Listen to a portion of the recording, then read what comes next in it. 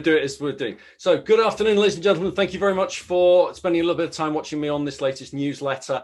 I've got some updates on taxation coming up later, but the first part of this newsletter this month is a quick interview with a very good contact of mine that I've met during 2020, possibly 2019, I've forgotten now actually, who has worked with loads of our clients already and is the chap who we recommended you contact on every single tax letter that we sent out this year if you were looking for taxation finance.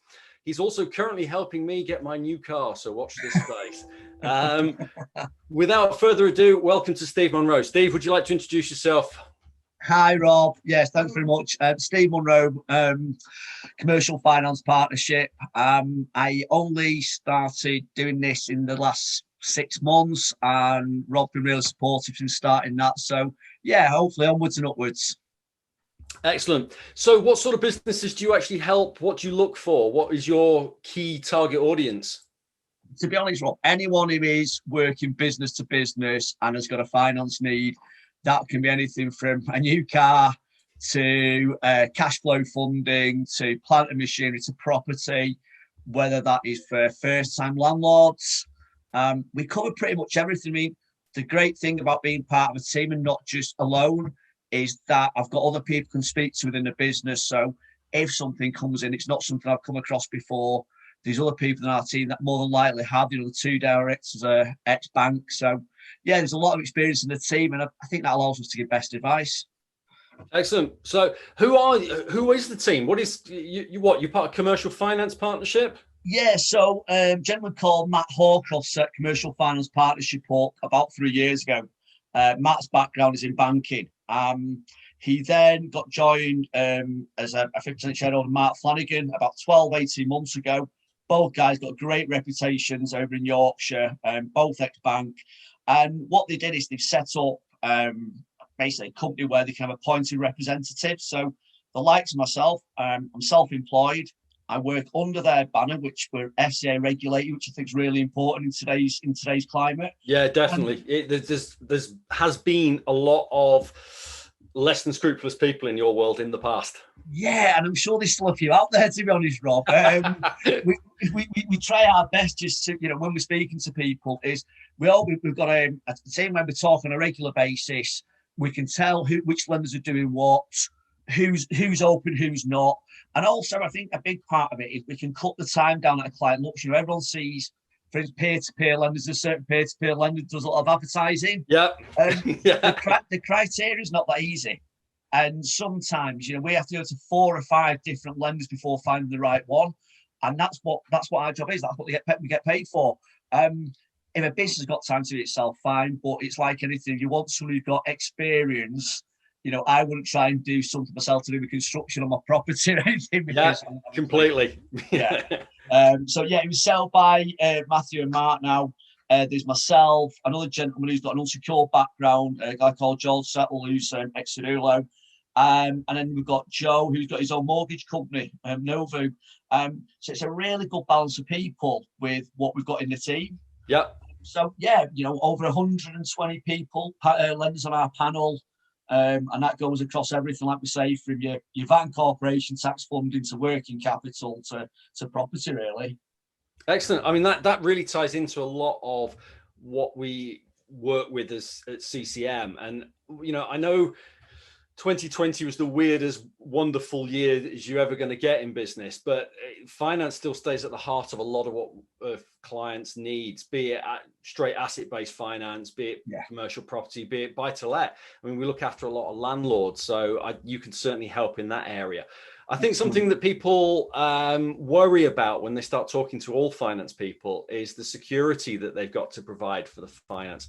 What sort of things is needed for different types of loans? What is in place? What are you looking at? What's the market like, I suppose? Well, it's going to be, and it's terrible. It's a typical answer probably for someone in my position. We go, really, it's how long is a piece of string? Because we've got certain clients that we've got, Rob, which you pass where we've been able to do them a really nice invoice finance deal.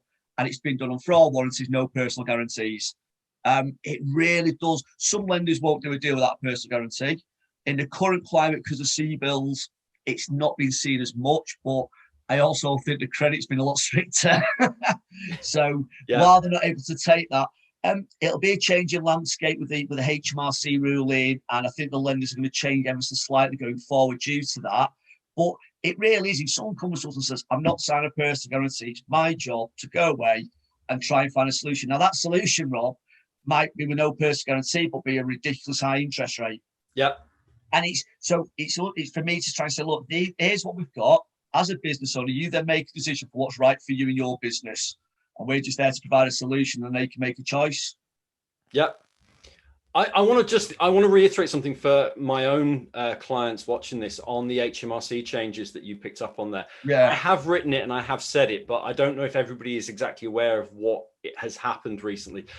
HMRC has regained their preference in the event of a company going down the toilet. What that means is if you've got a mortgage or a guarantee, that's their lot first. Basically, HMRC are then second in line to get any money out of a company. In so doing, that is changing the availability of other finance. And that's what Steve was touching on. Yeah, I mean, at the moment, we don't know what it's going to be, but there's an awful lot of unsecured lenders, especially in obviously the C-bills market at the moment. And what we're saying to everyone, none of us know what the future holds. As long as we all communicate, we're talking to lenders every day. We're very, very transparent with both our clients and lenders to ensure that we're following the rules of the FCA, and also making sure it's a fair deal for the client. Rob, there's nothing worse than my days working back in invoice finance to now seeing someone with finance and straight away it's the wrong type. Yeah. Someone's just done, they're taking the easy job. Well, I can get them a loan. They've not really looked at what it's needed for. And it's trying to just unravel a few of those and get people back on an even keel so they can survive through this, through what we're seeing.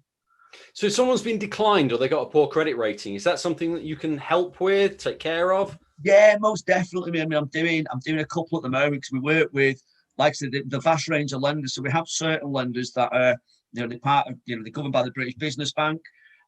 We only get a fee on our terms of business. We don't get paid anything from them because that's under their rules and regulations. And what we normally find is because they're human beings, we can actually have a conversation.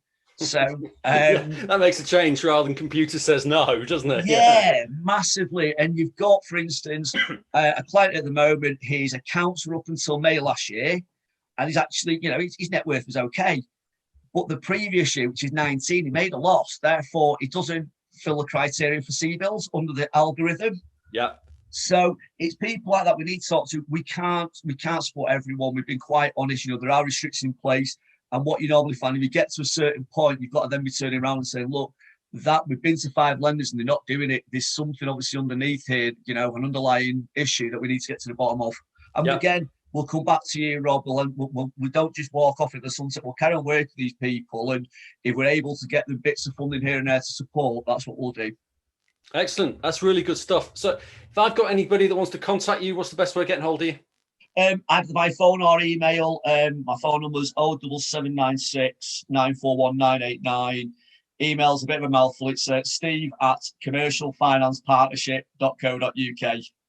I'll put both of those in the link that goes underneath this email and in the text as well. Is there anything else you want to say, Steve? If not, I'm going to let you get back to it. No, just thanks very much for all the support and good luck to everyone for 2021. Great. Thank you very much, Steve. I will stop the recording there. We'll just finish off ourselves.